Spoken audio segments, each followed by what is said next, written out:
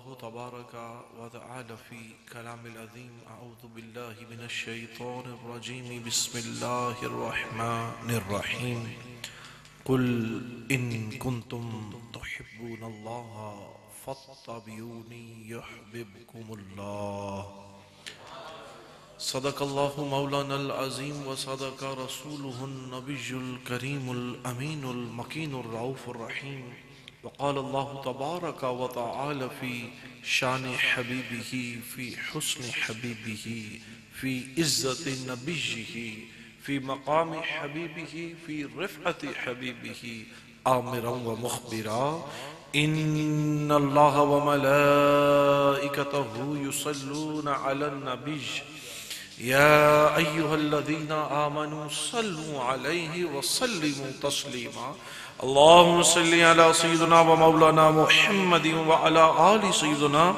ومولانا محمد وأصحاب سيدنا ومولانا محمد وبارك وسلم وصلي عليه الصلاة والسلام عليك يا سيدي يا رسول الله وعلى آلك وأصحابك يا سيدي يا مرشدي یا محمد رسول اللہ صلی اللہ علیہ وآلہ وسلم سکون قلب ملا لذت حیات ملی سکون قلب ملا لذت حیات ملی در حبیب ملا تو ساری کائنات ملی ہم نے ہر دور میں تقدیس رسالت کے لیے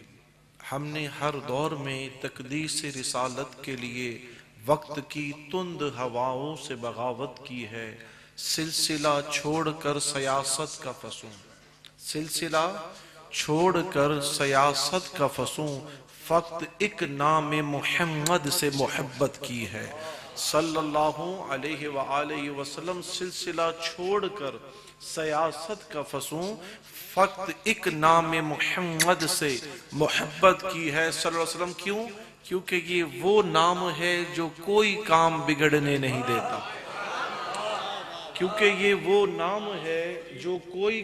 بگڑنے نہیں دیتا بگڑے بھی بنا دیتا ہے نام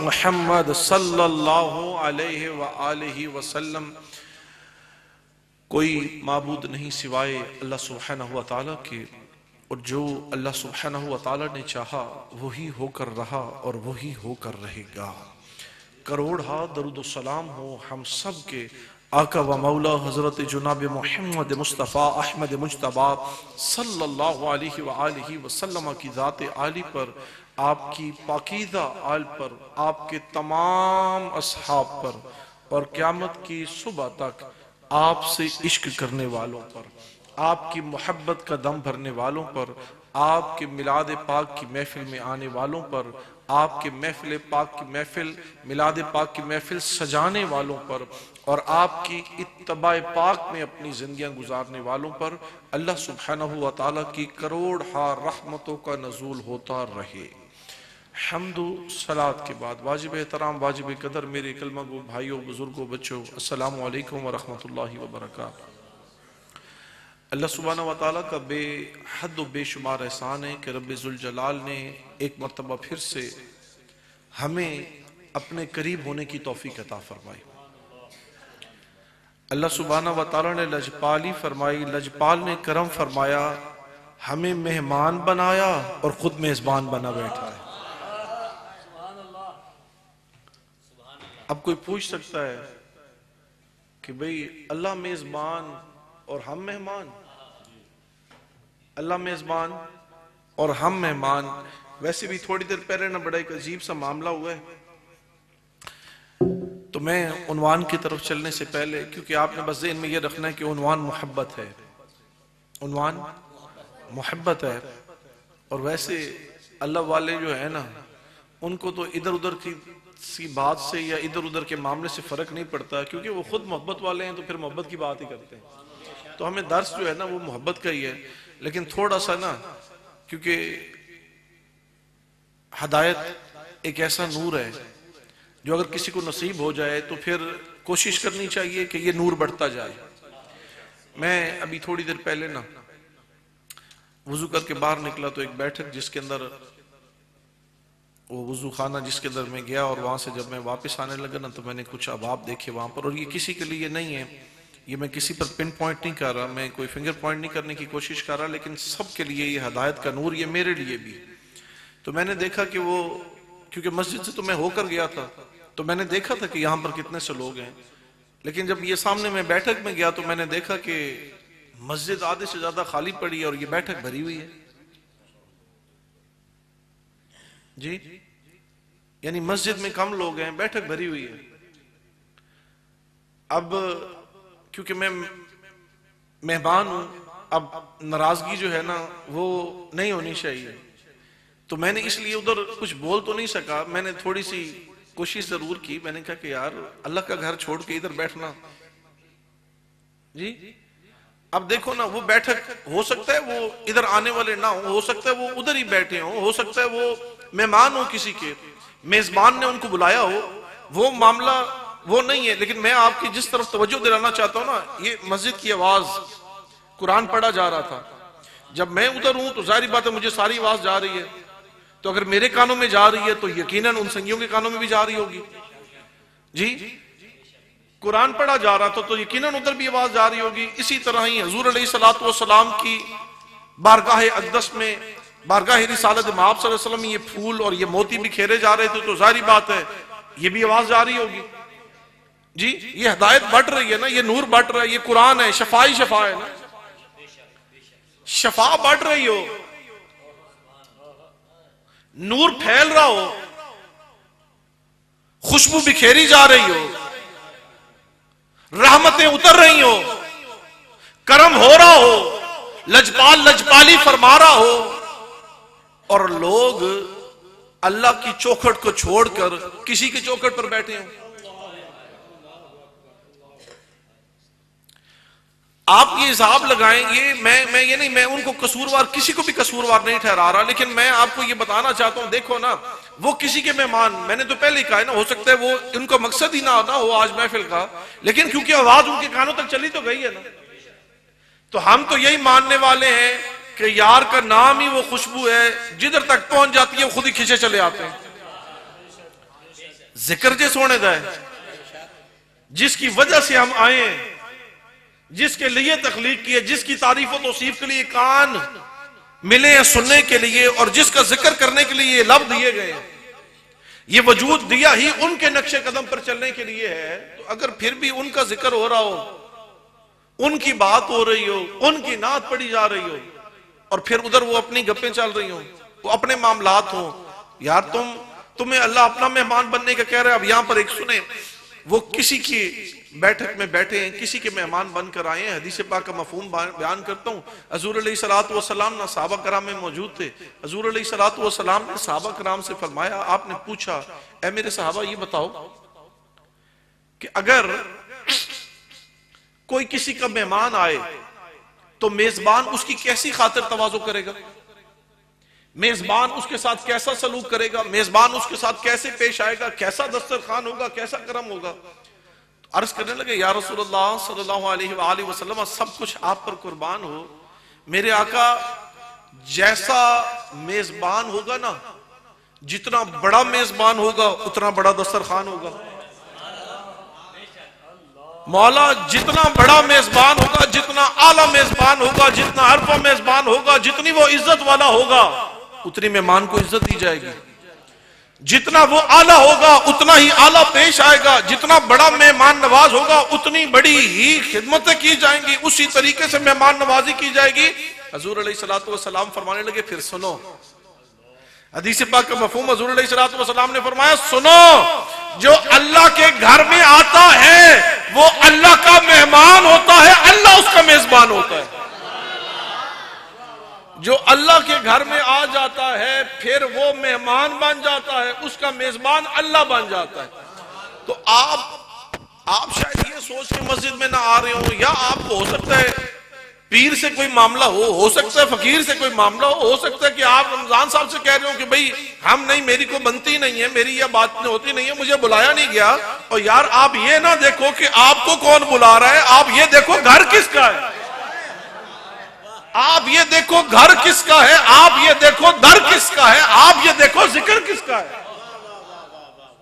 یہ تو وہ ذکر ہے جو جوڑنے والا ہے، یہ تو ٹوٹے ہوئے کو بھی جوڑ دیتا ہے، یہ بکھرے ہوئے کو بھی ایک ہی موتی میں پرو دیتا ہے، ایک ہی تسبیح کے دانے وہ پھر جیسے بھی ہوں۔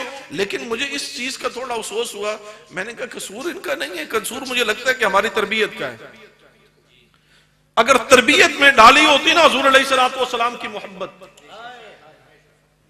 اگر تربیت میں حضور علیہ السلام کی محبت، حضور کی آل کی محبت، حضور کے اصحاب کے ساتھ ان کو ویسے ہی جوڑا جاتا، the same connection that the companions of رسول اللہ صلی اللہ علیہ وسلم had developed، وہ same connection جو تھا نا جو حضور علیہ السلام کے صحابوں کو حضور سے ہوا تھا، اگر وہ same connection ہمیں بھی سمجھ میں آ جاتا نا تو شاید ہمارے بھی بیڑے پار ہو جاتے، شاید ہماری بھی نفرتیں ختم ہو جاتی، شاید نفرتیں محبتوں میں بدل جاتی۔ تو آپ جب کسی محفل میں جا رہے ہوتے ہیں نا، محفل جو بھی ہو، لیکن آپ صرف یہ دیکھا کریں محفل ہے کس کی، یہ نہ دیکھیں کہ اگر کہ مجھے اس نے بلایا ہے، مجھے اس نے بلایا، ہاں ٹھیک ہے شادی میں کوئی بلائے نہ بلائے، آپ نہیں گئے اور معاملات میں، لیکن جب محفل حضور کی ہو نا، جب اللہ کے ذکر کی محفل ہو نا، وہ ایک بابا جی تھے دنیا سے رخصت ہو گئے، میرے غوث اعظم کا زمانہ ہے، میرے غوث پاک میرے 11ویں شیعہ والے کا زمانہ ہے، میں بات کہیں اور کی ہو رہی ہے لیکن مجھے یہ باتیں بتانا ضروری ہے۔ میرے غوث پاک کا زمانہ ہے، بغداد شریف میں ایک شخص دنیا سے چلا گیا، بیٹے کے خواب میں آیا، میں ایک مختصر کرتا ہوں، بیٹے کے خواب میں آیا، یہ میں نے تفسیر میں پڑھا ہے۔ جب اس کے خواب میں آیا تو وہ اس کو کہنے لگا کہ بیٹا غوث اعظم کی نا محفل میں جایا کرو، غوث اعظم کی محفل میں جایا کرو۔ بیٹا بڑا پریشان ہو گیا، خواب میں آیا باپ بیٹے کے، خواب میں اس سے پوچھتا ہے بابا آپ تو اس غوث پاک کے ماننے والے نہیں ہیں، آپ تو خود کبھی ان کی محفل میں نہیں گئے، آپ تو ان کے ساتھ آپ کا تو کوئی معاملہ نہیں، کبھی ان کے ساتھ مصافحہ، کبھی اٹھنا، کبھی بیٹھنا، کبھی ان کی محفل آپ نے تو اختیار نہیں، آپ مجھے کہہ رہے ہیں کہ ان کی محفل میں جاؤ، مجھے آپ کہہ رہے ہیں کہ ان کی محفل میں جاؤ، کہا ہاں میں تمہیں کہہ رہا ہوں، میں بدقسمت تھا۔ کہا کیوں؟ کہا کہ میں ایک بڑی عجیب سی جگہ پر کھڑا ہو گیا تھا، کٹہرے میں کھڑا تھا، جانا کہیں اور تھا، پہنچ کہیں اور گیا، میرے تو معاملات ایسے نہ تھے، میرے تو حالات ایسے نہ تھے، میں تو جا رہا تھا، ایک آواز آئی، روک لیا گیا، کہا روکو اس کو روکو، کہا اس کو ادھر نہیں، اس کو جنت بھیج دو۔ کہا بابا وجہ کیا بنی؟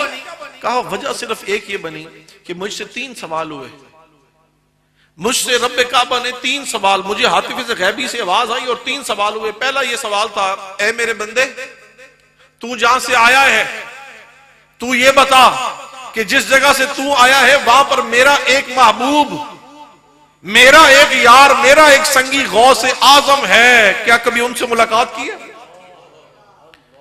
کہنے لگا میرے مالک میری ان سے کبھی ملاقات نہیں ہوئی۔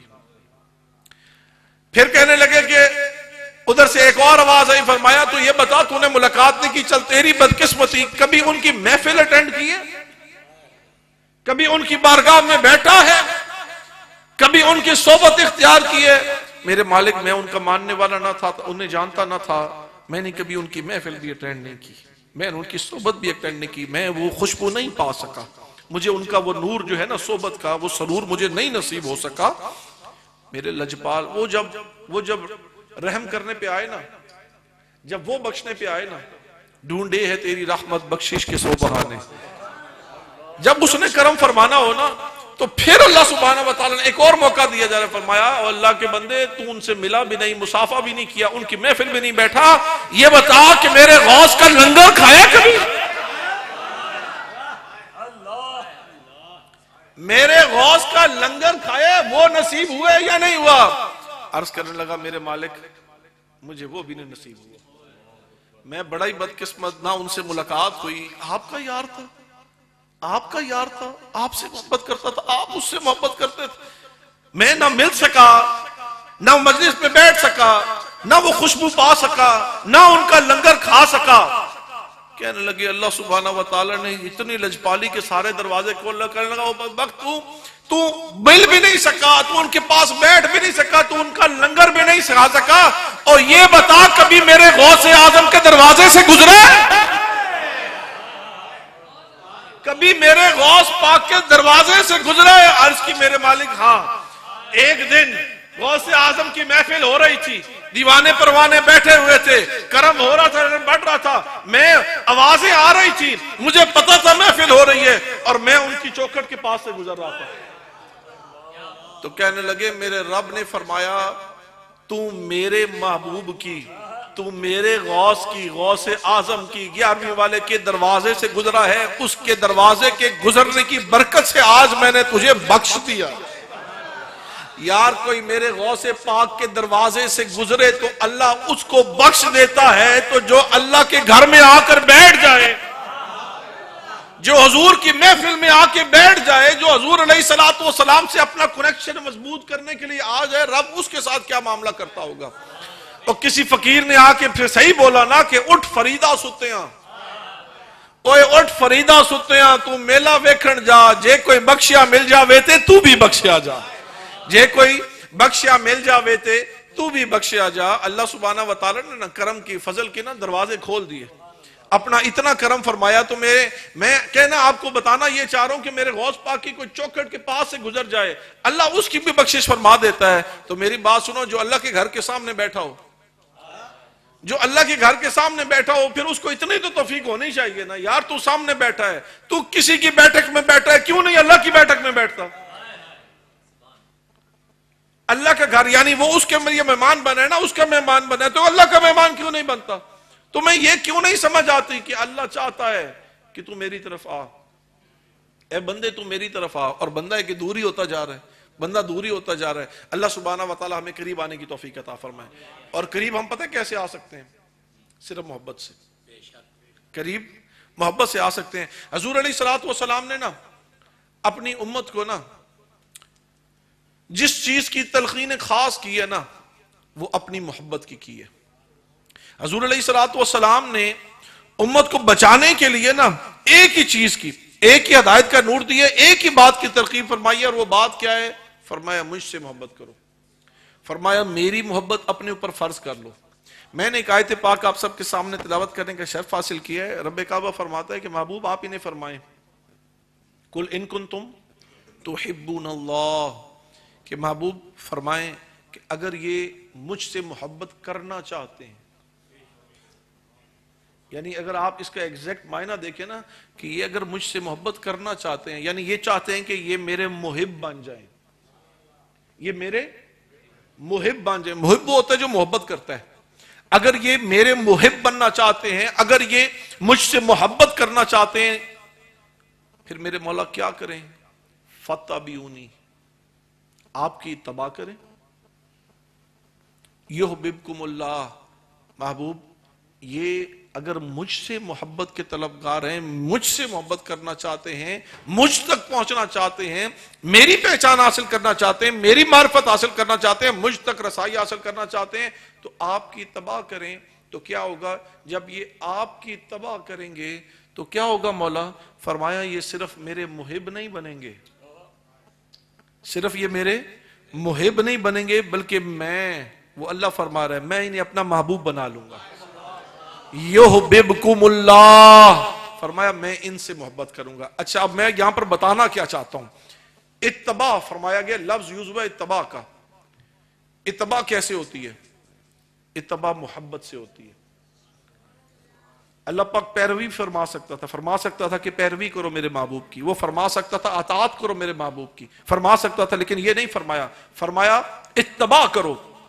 اگر پیروی کہہ دیا جاتا، اگر اطاعت کہہ دیا جاتا تو وہ ہم پر فرض ہوتی کہ وہ ہم نے ویسے بھی کرنی تھی، ہمیں پیروی کرنی، یعنی نماز ہے، اس میں یہ نہیں ہے کہ کوئی اللہ سے محبت کرتا ہے نہیں کرتا، حضور سے محبت کرتا ہے نہیں کرتا، اس نے پڑھنی ہے۔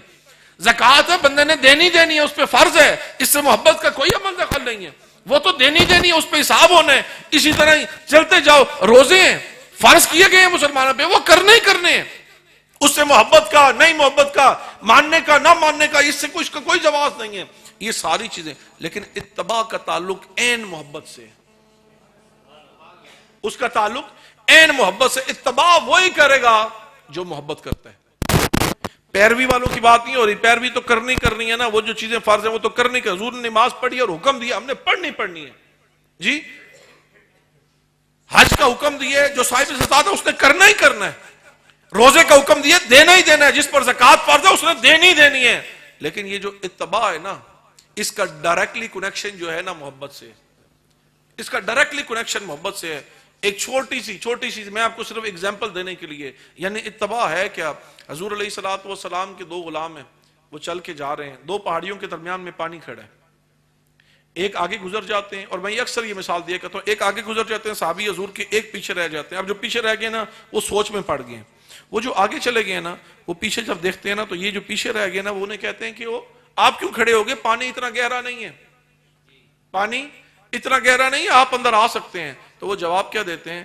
کہتے ہیں میں پانی کی گہرائی کی وجہ سے نہیں کھڑا ہوا، پانی کی گہرائی کی وجہ سے نہیں کھڑا ہوا، میں تو صرف اس لیے کھڑا ہوا ہوں کہ میں سوچ میں پڑ گیا ہوں کہ جب حضور علیہ الصلوۃ والسلام یہاں سے گزرے تھے، میں ساتھ تھا، میں یہ سوچ رہا ہوں کہ حضور علیہ الصلوۃ والسلام نے اپنا دایاں قدم پہلے پانی میں رکھا تھا یا بایاں قدم پہلے رکھا.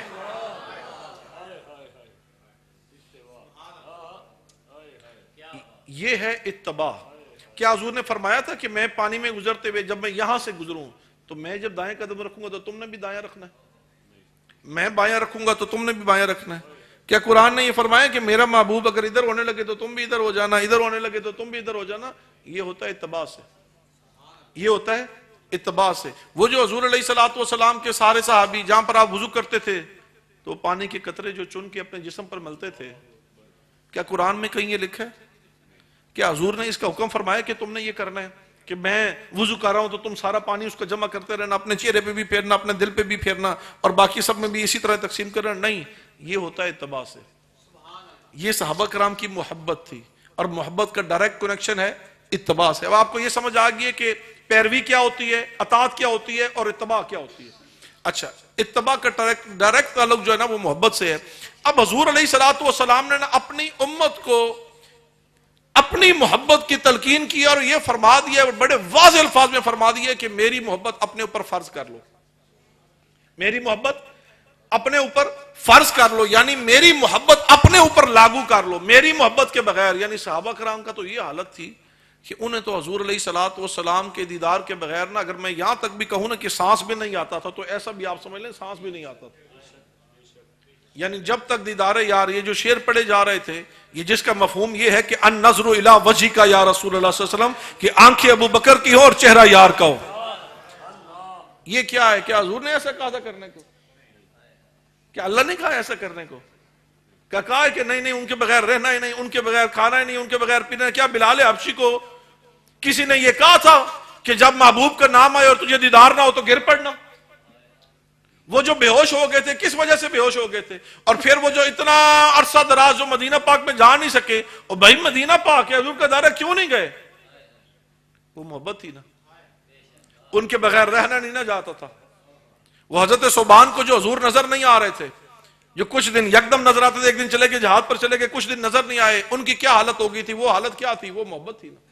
تو حضور علیہ الصلوۃ والسلام نے نا صحابہ کرام پر کہا کہ اب میری محبت نہ اپنے اوپر فرض کر لو. اچھا، محبت کیسے پھیلائی جا رہی ہے؟ بخاری شریف کی حدیث پاک ہے، حضور علیہ الصلوۃ والسلام نے اپنی محبت اپنے صحابہ میں کیسے ڈالی جا رہی ہے. صرف اپنی محبت نہیں، حضور علیہ الصلوۃ والسلام نا مدینہ پاک ہجرت کر کے تشریف لے گئے، وہاں جاتے ساتھ یہ حضور نے نا ہاتھ اٹھائے دعا کے لیے. بخاری شریف کی حدیث پاک ہے، ریفرنس میں پر موجود ہے. حضور علیہ الصلوۃ والسلام فرماتے ہیں اللہم حبب الینا المدینہ کا حبنا مکہ او اشد. اے میرے مالک، انہیں مدینہ پاک کی ویسی ہی محبت عطا فرما جیسے پہلے یہ مکے سے کرتے تھے. اب آپ ذرا سمجھیں، میرے مالک انہیں مدینہ پاک سے ایسے ہی جوڑ دے، یہ ایسے ہی مدینے سے محبت کرے جیسے اس سے پہلے مکے سے کرتے تھے. بلکہ یہ نہیں کہا صرف ایسے ہی فرمایا او اشد، شدید ترین محبت یہ مدینے سے کریں، مکے سے نہیں، مدینے سے محبت کریں. اب یہاں پر جتنے آپ عاشق ہیں، صاحب شعور یہ سمجھ سکتا ہے ساری رحمتیں تو مکے میں نازل ہو رہی ہیں، اور حضور محبت مدینے کی سکھا رہے ہیں. وہ مدینے کی محبت کیوں عاشقوں کے دلوں میں ڈالی جا رہی ہے؟ کہ حضور مدینے میں موجود ہے. تو جدھر حضور ہے نا، عاشقوں کے لیے ہر چیز ادھر ہی ہے. آیا کہ یہ ہمیں پتہ ہے کہ سارا کچھ مکے میں ہے، سارا کچھ مکے میں ہے، عبادت کی ساری ہر چیز وہاں پر ہے. لیکن مسئلہ پتہ ہے وہاں پر کیا ہے کہ حضور وہاں پر نہیں ہے نا. بحث ہو گئی, کسی نے کہا کہ اور دلائل دیے کہ مکہ افضل ہے, افضلیت پر بحث ہوئی. اور آج بھی کچھ ناسمجھ جو لوگ ہیں نا وہ بحث میں پڑ گئے ہیں, اور بڑی عجیب سی بحث میں پڑ گئے ہیں. کوئی کہتا ہے یہ افضل ہے, کوئی کہتا ہے یہ افضل ہے, کوئی کہتا ہے یہ افضل ہے, کوئی کہتا ہے یہ افضل ہے, کوئی کہتا ہے ان کا پہلا نمبر ہے, کوئی کہتا ہے ان کا پہلا نمبر ہے. جی عجیب سی بحث میں پڑ گئے ہیں یار. اس میں بحث کی تو کوئی بات ہی نہیں ہے, جسے حضور نے کہہ دیا ہے وہی ہے. اس میں بحث کی کوئی بات نہیں ہے. اس میں یہ نہیں, یہ اگر کوئی کہا جائے نہیں کسی کے ساتھ جاتے, یہ بتاؤ کہ حضور علیہ الصلوۃ والسلام جو ہر چیز کا راز جانتا ہے, حضور علیہ الصلوۃ والسلام نے صحابہ کرام میں تشریف لائے, حدیث پاک میں فرمایا, یہ میرے ایک کتاب دائیں ہاتھ میں, ایک کتاب بائیں ہاتھ میں, حضور علیہ الصلوۃ والسلام نے فرمایا ان میں سارے, ایک میں سارے جنتیوں کے نام ہے, ایک میں سارے جہنمیوں کے نام ہے. حضور علیہ الصلوۃ والسلام نے فرمایا کہ مجھے اس کا نام بھی, اس کے دادے کا نام بھی, اس کا قبیلہ بھی, اس کا سارا ریفرنس. حضور نے فرمایا کہ میں سب جہنمیوں کے بھی نام جانتا ہوں, ان کے باپ کے بھی نام جانتا ہوں, ان کے دادا کے بھی نام جانتا ہوں, ان کے قبیلے کو بھی جانتا ہوں, اور اسی طرح جنتیوں کے نام جانتا ہوں. تو حضور علیہ الصلوۃ والسلام کو یہ نہیں, میں بڑی ایک مختصر سی یہ عرض کرنے لگا ہوں کہ حضور علیہ الصلوۃ والسلام کو یہ نہیں پتا تھا کہ جسے میں نے اپنا یار بنایا ہے, جسے میں نے اپنا یار بنایا ہے, آج جو صدیق اکبر کے کردار پر بھونکتے ہیں, یا عمر فاروق رضی اللہ تعالیٰ عنہ کے کردار پر بھونکتے ہیں, یا ان کی محبت کے اندر اہل بیت اطہار پر بھونکنا شروع کر دیتے ہیں, جو زبانیں اتنی دراز کرتے جا رہے ہیں, انہیں نہیں پتا کہ جو حضور علیہ الصلوۃ والسلام نے نا جو سمت دے دی ہے نا, اسی سمت پہ آپ کو اور مجھے رہنے کا حکم ہے. حضور علیہ الصلوۃ والسلام نے نہ پتہ ہے حدیث پاک کا مفہوم, حضور علیہ الصلوۃ والسلام آ رہے تھے, صحابہ کرام سامنے اور بڑی کثیر تعداد میں, ادھر ایک ہاتھ حضور علیہ الصلوۃ والسلام نے ابو بکر صدیق کا پکڑا ہوا تھا, اور ایک ہاتھ عمر فاروق کا پکڑا ہوا تھا. ایک ہاتھ صدیق اکبر کا پکڑا ہوا ہے, ایک ہاتھ عمر فاروق کا پکڑا ہوا ہے. حضور علیہ الصلوۃ والسلام تشریف لا رہے ہیں, جب صحابہ کرام کے بالکل درمیان میں آ گئے نا, میں مفہوم بیان کر رہا ہوں, حضور علیہ الصلوۃ والسلام نے نا ایسے دونوں ہاتھ اوپر کیے, ایسے دونوں ہاتھ اوپر کیے, ایک میں صدیق اکبر کا ہاتھ ہے, ایک میں عمر فاروق کا ہاتھ ہے. حضور علیہ الصلوۃ والسلام نے فرمایا دیکھ لو میرے صحابہ, جیسے ہم ابھی آئے ہیں, جب ہم اٹھائے جائیں گے روز محشر بھی ایسے ہی آئیں گے. یہی کیفیت روز محشر بھی ہوگی. میرے دائیں طرف صدیق اکبر ہوں گے, میری بائیں طرف عمر فاروق ہوں گے. یہی نور جو تم ابھی دیکھ رہے ہو نا, روز محشر بھی یہی نور کو دیکھو گے. اور یار وہ انہیں اتنے قریب کر لیں اور تم انہیں دور کرنا چاہتے ہو, تم انہیں دور سے دور کرنا چاہتے ہو. کس بحث میں پڑے ہو, کس بحث میں پڑے ہو؟ تمہارا تو ایمان صرف یہ ہونا چاہیے کہ نہ اے بونگیاں پسا سانو اور کوئی یار دی گل سنا سانو, بس یار سے جڑی ہر بات کو سنتے جاؤ. یہ اس چکر میں نہ پڑھو کہ اس نے یہ کیا, اس نے وہ کیا, اور اس نے یہ کیا, اور اس نے وہ کیا. کدھر چلے گئے ہو, کدھر لے گئے ہو ہماری امت کو؟ حضور کی امت میں نہ صرف محبت پھیلاؤ, بس محبت, حضور سے جڑی ہر شے سے محبت کرنی ہے, حضور سے جڑی ہر شے سے محبت کرنی ہے. اور بھائی صحابہ تو صحابہ ہیں, اہل بیت اطہار تو اہل بیت اطہار ہیں, اور حضور تو جدھر سے گزر رہے ہیں حضور اس کی بھی محبت سکھا رہے ہیں. بے شک مدینہ پاک کی محبت, جدھر آپ آئے ہیں, جو یثرب تھا مدینہ بن گیا, حضور کیا, حضور اپنے شہر سے محبت سکھا رہے ہیں. اور تم کہہ رہے ہو کہ یہ اس طرح ہے اور یہ اس طرح ہے, ہم ان سے نہیں محبت کرتے, ہم ان سے محبت کرتے ہیں. بحث چھڑ گئی افضلیت کی, کسی نے کہا مکہ افضل ہے, کسی نے کہا مدینہ افضل ہے. جب یہ بات پہنچی نا شیخ محدث دہلوی رحمت اللہ علیہ, جب آپ کے پاس یہ بات پہنچی نا, تو لا اقسم بہذا البلد, اس کی روشنی کے اندر نا جب یہ بات اس پر بحث ہو رہی تھی نا کہ مکہ افضل ہے یا مدینہ افضل ہے, بڑے بڑے لوگ اپنے دلائل دے رہے تھے. تو آپ نے پتہ کیا, شیخ محقق آپ نے پتہ کیا فرمایا؟ آپ نے فرمایا تمہیں یہ کس نے کہہ دیا کہ جگہ افضل ہوتی ہے؟ تمہیں کس نے کہہ دیا کہ جگہ افضل ہے؟ جگہ تو افضل ہے ہی نہیں. کہنے لگا کیا مطلب حضور جگہ افضل نہیں ہے؟ ہم مطلب بحث چھڑی ہوئی تھی نا, جس ہم بحث کرتے ہیں, کسی نے کہا یہ افضل ہے, کسی نے کہا آپ کے آگے یہ بحث آئی نا, کہنے لگا حضور ہمیں اس کی روشنی دے نا, کوئی کہتا ہے کہ مکہ افضل ہے, کوئی کہتا ہے مدینہ افضل ہے, یہ بھی دلائل دے رہے ہیں, وہ بھی دلائل دے رہے ہیں. آپ نے فرمایا کہ کس نے کہا ہے کہ جگہ پہ افضلیت ہوتی ہے, جگہ کی افضلیت ہوتی ہے؟ آپ فرمانے لگے کہ جہاں پر حضور موجود ہے وہی جگہ پر سب سے افضل ہے. حضور سدرۃ المنتہا پہ ہے تو وہ افضل ہے. فرمایا کہ جب حضور یار غار کے ساتھ, غار ثور کے اندر یار غار کے ساتھ وہ سر صدیق اکبر کی گود میں ہے تو وہ گود سب سے افضل ہے. وصال مبارک کے وقت جب وہ گود بی بی پاک کے دامن سے وابستہ ہے تو پھر وہ گود سب سے افضل ہے. اب وہ مدینہ میں ہے تو مدینہ سب سے افضل ہے. اگر مدینہ افضل نہ ہوتا، اور یہ دیکھو جس کو کہتے ہیں حضور کہتے ہیں بھئی غیب کا علم نہیں ہے، ابھی حضور مدینہ میں انٹر ہوئے ہیں اور حضور یہ دعا مانگ رہے ہیں میرے اللہ انہیں مدینہ کی محبت ایسے عطا فرما جیسے اس سے پہلے مکہ کی محبت بلکہ اس سے بھی زیادہ عطا فرما. تو یہ جو کہتے ہیں کہ غیب کا علم نہیں تھا، حضور کو کیسے پتا تھا؟ حضور کو پتا تھا کہ گنبد خضرا ادھر ہی تو بننا ہے. حضور کو پتا تھا کہ میرا گنبد خضرا نا ادھر ہی بننا ہے، یہ روزہ ادھر ہی بننا ہے. تبھی تو اللہ سبحانہ و تعالیٰ سے عاشقوں کے دلوں میں نا مدینے کی محبت ڈال رہے تھے. تو یہ افضلیت کا دار و مدار جو ہے وہ کسی جگہ میں نہیں ہے، جدھر حضور ہیں وہی افضل ہے. جدھر حضور علیہ الصلوۃ والسلام موجود ہیں وہ جگہ سب سے افضل ہے. حضور علیہ الصلوۃ والسلام کی حدیث پاک، پھر بخاری شریف کی حدیث پاک، حضور علیہ الصلوۃ والسلام نے تو یہاں تک فرمایا کہ یہ دیکھ رہے ہو صحابہ کرام موجود ہے، فرمایا یہ میرے ممبر سے لے کر نا اور میرے حجرے تک یہ جتنی جگہ ہے نا، یہ ریاض الجنہ کی بات ہو رہی ہے نا، فرمایا یہ جتنی جگہ ہے نا یہ جنت کا ٹکڑا ہے. یہ کیا ہے؟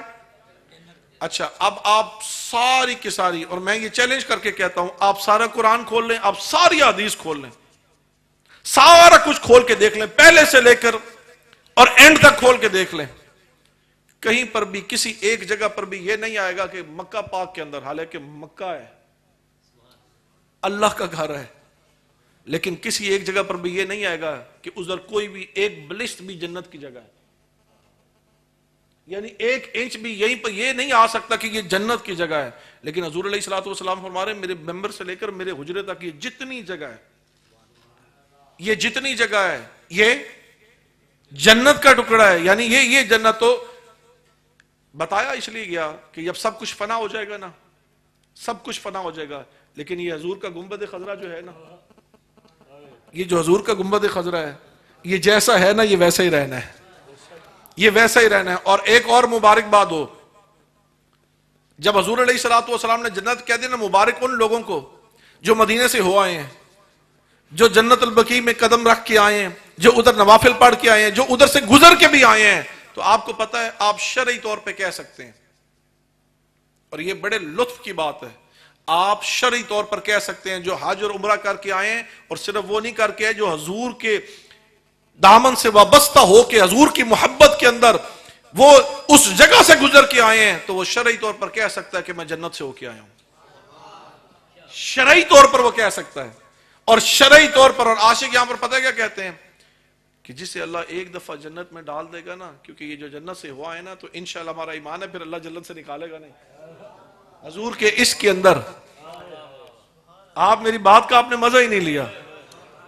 جو تو ہو آئے ہیں نا، جو تو ہو آئے ہیں ان کو مبارک ہو، کیونکہ آپ اب جنت سے ہو آئے ہیں، آپ جنت سے ہو آئے ہیں. اور جو جنت سے ایک دفعہ آ جاتا ہے اہل نظر فرماتے ہیں پھر اللہ اسے جنت سے نکالے گا نہیں. وہ بڑا رحمان ہے، وہ بڑا رحیم ہے. اور جو اب چاہتا ہے نا دنیا میں رہتے ہوئے جنت سے ہو کے آئے، اس کو چاہیے کہ مدینے سے ہو کے آئے، اس کو چاہیے. یہ بدبختی ہے جو کہتے ہیں کہ بس ٹھیک ہے حج اور عمرہ، حالانکہ ہر چیز مکے میں، ہر چیز، حج ادھر، عمرہ ادھر، طواف ادھر، کعبہ ادھر، صحیح ادھر، عرفہ یہ سارا چکر ادھر سے ادھر لگ رہے ہیں، صحیح ادھر ہو رہی ہے، ہر چیز ادھر ہے، ایک ایک لاکھ نماز کا ثواب ادھر دیا جا رہا ہے.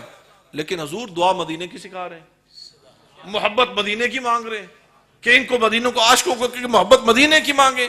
اللہ سے التجا کر رہے ہیں کہ یا اللہ انہیں مکے سے زیادہ محبت اور شدید ترین محبت مدینے کی عطا فرما. وہ کس لیے فرما رہے ہیں؟ وہ اس لیے کہ وہ اللہ وہ تیرا گھر ہے، مدینہ میرا گھر ہے. مدینہ اللہ اکبر یا رسول اللہ صلی اللہ علیہ وسلم، حق چار یار یا علی یا غوث اعظم، حق باہو سچ باہو سخی لجپال باہو. تو آپ نے یہ مدینہ پاک کی محبت نا اپنے اوپر واجب کرو، اسی سے ہی حضور کی محبت بڑھتی ہے. یہ ایک بڑا خوبصورت کلام جو فیض صاحب نے خود ماشاءاللہ لکھا ہے. یہ شعر پڑھ رہے تھے، دل ہے بے چین، دل بے چین نو چین دی لوڑ ہے، دل بے چین نو، دل بے چین نو، دل بے چین نو، سارے دے دل نو چین دی لوڑ ہے. جدے دل نو چین دی لوڑ ہے نا انہوں چاہیے پھر چلو مدینے چلے، ادھر چین ہی چین ہے. حضور کے غلام بن کے ادھر آ کے دیکھو نا، پھر دیکھو کتنا سکون آئے گا. تم واپس آؤ گے، تمہاری طلب بڑھتی جائے گی، میں پھر سے جاؤں. بس جس کو چین کی ضرورت ہے، جس کو سکون کی ضرورت ہے. اور یاد رکھیں اگر چین کہیں ہے تو حضور کے قدموں میں ہے. حضور سے جڑے ہوئے ہر وہ، آپ اصحاب کو فرمایا کہ جس کو بھی فالو کر لو گے تم کامیاب ہو جاؤ گے. یعنی حضور سے محبت کرنی ہے تو پھر ان سے جڑی ہر شے سے محبت کرنی ہے، ان سے جڑی ہر چیز سے محبت کرنی ہے، خصوصاً اللہ کے گھر سے محبت کرنی ہے. بس آخر میں یہ حدیث پاک سن لیں کیونکہ طویل وہ آپ لوگ وہ بہت سارا اثر ہوتا ہے نا، لیکن آپ کیونکہ کافی سارے لوگ بیٹھے ہوئے اور بڑی دیر سے بیٹھے ہوئے ہیں. میں آپ خوش قسمت لوگ ہیں جنہیں اللہ نے اپنے گھر میں بٹھا لیا. یہ وہ گھر ہے، یہ وہ در ہے، اور آپ وہ لوگ ہیں. میں حدیث پاک آپ نے آدھا اس کا حصہ سنا، آدھا حصہ سنا بھی نہیں ہوگا. میں آپ کو ایک ایسی حدیث پاک پیش کرنے لگا. حدیث پاک کا مفہوم ہے، آپ نے یہ سنا ہے کہ جہاں پر اللہ کا ذکر ہو رہا ہے نا، جہاں پر کوئی محفل ہو رہی ہے حضور کے نام سے منسب کوئی بھی محفل ہو، تو وہاں پر کیا ہوتا ہے؟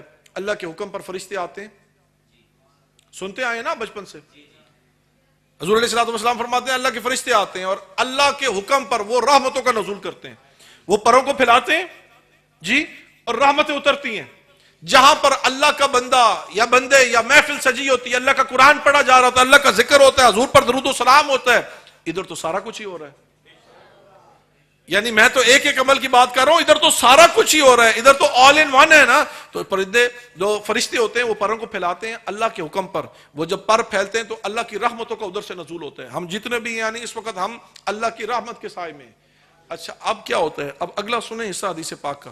جب وہ فرشتے واپس جاتے ہیں نا، جب وہ فرشتے واپس اپنے مقام پر جاتے ہیں تو باقی فرشتے ان سے پوچھتے ہیں. میں حدیث پاک کا مفہوم بیان کر رہا ہوں. حضور صلی اللہ علیہ وسلم نے فرمایا باقی فرشتے ان سے پوچھتے ہیں یہ تمہارے پروں سے اتنی خوبصورت خوشبو کس طرح آ رہی ہے؟ یہ آپ کے پروں سے اتنی خوبصورت خوشبو کہاں سے آ رہی ہے؟ ایسی خوشبو، ایسی خوشبو، ایسی تو خوشبو نہیں ہوتی، ایسی خوشبو انسان کبھی سونگی نہیں ہے. اتنی پیاری خوشبو کہاں سے آ رہی ہے؟ اتنی اعلیٰ خوشبو. خوشبو ویسے ہونا نا حضور کی سنت ہے صلی اللہ علیہ وآلہ وسلم. تو خوشبو کو پسند کریں، ہر اس چیز کو پسند کریں جسے حضور نے پسند کیا. ہر اس شے کو پسند کریں. چیز تو چیز ہے نا. سوچو کہ صدیق اکبر حضور کو کتنے پسند ہوں گے کہ ہر لمحہ حضور ان کے ساتھ ہیں، ہر لمحہ ہی ان کے ساتھ ہیں، اٹھتے ان کے ساتھ ہیں، بیٹھتے ان کے ساتھ ہیں، چلتے ان کے ساتھ ہیں. غار میں سر بھی ہے تو ان کی گود میں رکھا ہوا ہے. یعنی جدھر جاتے ہیں رفیق سفر صدیق اکبر ہیں. سوچو حضور نے کتنا پیار کیا ہوگا. حضور ان کا تو جو بھی حضور کی عادات ہیں، معمولات ہیں، ہمیں ان سب سے پیار کرنا ہے. اچھا تو باقی فرشتے جب اوپر جاتے ہیں پوچھا جاتا ہے یہ خوشبو تمہارے پروں سے کیسے آ رہی ہے؟ یہ کہاں سے لے کے آئے ہو؟ اتنی اعلیٰ خوشبو، اتنی پیاری خوشبو کدھر سے آ رہی ہے؟ تو کہنے لگے ہم ایک جگہ پر گئے، وہاں پر اللہ کے بندے اللہ کے نام پر سجی محفل میں بیٹھے تھے، اللہ کا ذکر کر رہے تھے، اللہ نے حکم کیا ہوا تھا، ہم نے پروں کو پھیلایا. جب پروں کو پھیلایا تو اللہ کی رحمتیں نازل کی. جب وہاں سے جب اس محفل میں ہم نے پروں کو پھیلایا نا تو وہیں سے یہ خوشبو آنا شروع ہو گئی.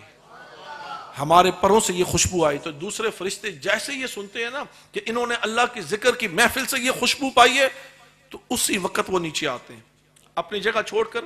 اسی وقت حضور علیہ الصلوۃ والسلام فرماتے ہیں اسی وقت وہ فرشتے نیچے آتے ہیں. لیکن کیا دیکھتے ہیں؟ محفل ختم ہو چکی ہے، لوگ اپنے گھروں کو واپس چلے گئے ہیں. حضور علیہ الصلوۃ والسلام فرماتے ہیں جب وہ فرشتے دیکھتے ہیں نا کہ ادھر تو اب کوئی موجود ہی نہیں ہے، سارے لوگ تو واپس چلے گئے ہیں، تو فرشتے کیا کرتے ہیں؟ حضور علیہ الصلوۃ والسلام فرماتے ہیں حدیث پاک کا مفہوم کہ فرشتے اس جگہ کی مٹی کے ساتھ اپنے پروں کو لگاتے ہیں جہاں پر اللہ کے بندے بیٹھ کے اللہ کا ذکر کر رہے تھے. فرشتے اپنے پروں کو اس مٹی کے ساتھ لگاتے ہیں جہاں پر اللہ کے بندے بیٹھ کے اللہ کا ذکر کر رہے تھے، اور ان کے پروں سے بھی وہی خوشبو آنا شروع ہو جاتی ہے جو ان والے فرشتوں میں سے آئی تھی. اب میں آپ سے پوچھتا ہوں، سب صاحب شعور لوگ بیٹھے ہو کہ یار جو آئے رحمت برسانے تھے، جب وہ گئے تو یہاں سے اس ذکر کی برکت سے، اس محفل کی برکت سے خوشبو لے کر گئے. اچھا جو نہیں بھی تھے جب وہ واپس آئے، حالانکہ محفل برخاست ہو چکی تھی، ختم ہو چکی تھی، جب ان فرشتوں نے مٹی کے ساتھ یعنی اس جگہ کے ساتھ، اس زمانے میں تو مٹی ہوتی نا، کارپیٹ تو نہیں نہ ہوتے تھے، تو اس جگہ کے ساتھ اپنے پروں کو لگایا، ان میں سے بھی وہی خوشبو آنا شروع ہو گئی. تو مجھے بتاؤ کہ فرشتے پروں کو لگائیں اس جگہ کے ساتھ تو ادھر سے خوشبو آنا شروع ہو جائے اس ذکر کی برکت سے، تو جن حضور کے غلاموں نے وہ ذکر کیا ہوگا ان کا کیا معاملہ ہوگا؟ جس زبان پر اس کا ذکر آیا ہوگا، جنہوں نے وہ ذکر سنا ہوگا، جنہوں نے وہ ذکر کیا ہوگا، جنہوں نے یہ محفل سجائی ہوگی، جو اس محفل میں آئے ہوں گے، اور آئے بھی اللہ کے گھر میں. تو سوچو اس کے ساتھ اللہ کیسا معاملہ فرمائیں گے، اللہ کو کتنا پیار آتا ہوگا، ان کو کتنا خوشبو، یہ ان کو نظر نہیں آ رہی، آپ کو محسوس نہیں ہو رہی یہ خوشبو، لیکن یہ تو ان سے پوچھو نا اس خوشبو کا کیا عالم ہے۔ آپ اور میں اتنے خوش قسمت لوگ ہیں کہ ہم اس محفل کا حصہ بنے۔ یاد رکھیں وہ فرشتے جب گئے تھے نا تو خوشبو لے کر گئے تھے، انشاءاللہ ہم بھی جب اپنے گھروں کو جائیں گے جن راہوں سے گزریں گے ادھر بھی اللہ کے ذکر کی خوشبو آتی رہے گی۔ جب گھروں میں جائیں گے تو ادھر بھی اس خوشبو کو پھیلاتے رہیں گے، ادھر بھی اللہ کی رحمتوں کا نزول ہوتا رہے گا، کیونکہ اللہ کے ذکر سے تر ہو کے آپ لوگ اپنے گھروں پر گئے ہوں گے۔ اللہ سبحانہ وتعالی ہمیں سمجھنے کی توفیق عطا فرمائے۔ اللہ سبحانہ وتعالی ہمارے رمضان مستانہ صاحب کی خیر فرمائے، جنہوں نے اتنی خوبصورت بزم سجائی، اتنے حضور علیہ الصلوۃ والسلام کے غلاموں کو اکٹھا کیا۔ اللہ سبحانہ وتعالی سب کا آنا اپنی پاک بارگاہ میں مقبول و منظور فرمائے۔ تو نہ بڑی ٹوٹ کے محبت کرنی ہے، کیا کرنی ہے؟ ٹوٹ کے محبت۔ کہنے کو بہت کچھ تھا مگر طے یہی پایا، کہنے کو بہت کچھ تھا مگر طے یہی پایا، ہم اہل محبت ہیں محبت ہی کریں گے۔ تو آپ اپنے اندر فکر ڈیولپ کریں، اپنے اندر اپنی سوچوں کو پاک کریں، اپنے ذہنوں کو پاک کریں، آپ کے گھر خود بخود پاک ہو جائیں گے، آپ کی نگاہیں پاک ہوں گی، آپ کی سوچیں پاک ہوں گی، آپ کا کردار اعلیٰ ہوگا، اولادیں خود بخود پاک ہونا شروع ہو جائیں گی۔ اللہ سبحانہ وتعالی اس پاکیزگی کے چھینٹے ہم سب کو نصیب فرمائیں، اور آپ جتنے آگے ہیں اللہ سبحانہ وتعالی ہمیں یہ تعلق اللہ کے گھر سے اور نبی علیہ الصلوۃ والسلام کے در سے اور مضبوط کرنے کی توفیق عطا فرمائے۔ ایک بڑی خوبصورت میرے پاس بڑی حدیث پاک ہے، لیکن وہ میں انشاءاللہ پھر بچا کے رکھوں گا۔ میں نے یہ کہا تھا یہاں پر میں انشاءاللہ سناؤں، لیکن وقت بہت سارا ہو چکا ہے، لیکن یہ تھوڑی بھی ڈوز ہو نا،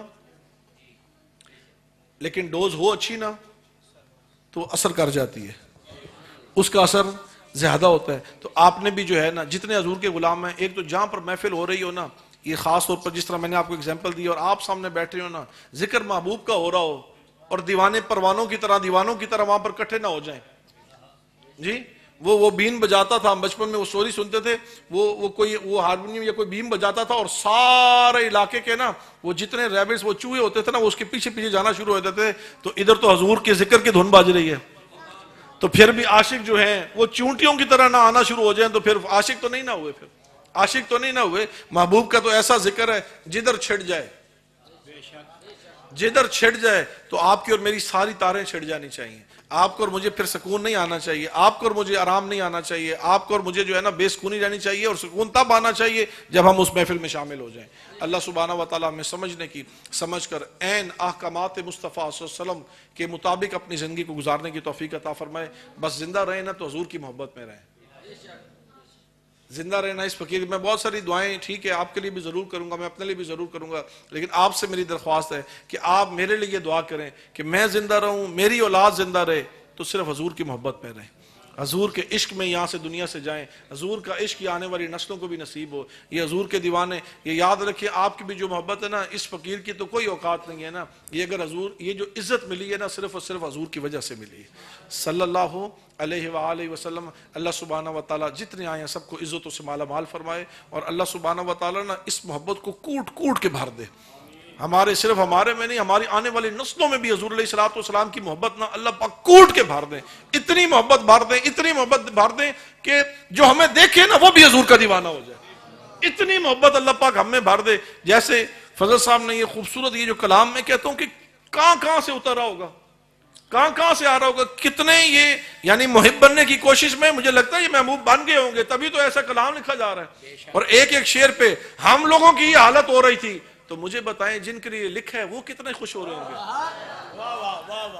اور یار سننے والوں کی کیفیات ایسی تھی کہ دل کر رہا تھا سب کچھ نشاور کر دیں، دل کر رہا تھا کہ بس جو کچھ ہے نا حضور کے قدموں پہ نشاور کر دیں، تو سوچیں حضور کتنے خوش ہو رہے ہوں گے کہ آج میرا امتی میرا ذکر کر رہا ہے۔ تو اسی طرح جب آپ حضور کی بارگاہ میں درود و سلام بھیجتے ہیں نا تو حضور راضی ہوتے ہیں، حضور راضی ہوتے ہیں، اور حضور کے قرب کا سب سے اعلیٰ طریقہ اور سب سے آسان ترین طریقہ بھی یہ ہے کہ اگر حضور کے قریب ہونا چاہتے ہو تو حضور پر درود پڑھو، اور کثرت سے درود پڑھو، جو جتنا زیادہ پڑھے گا اتنا زیادہ قریب ہوگا حضور کے۔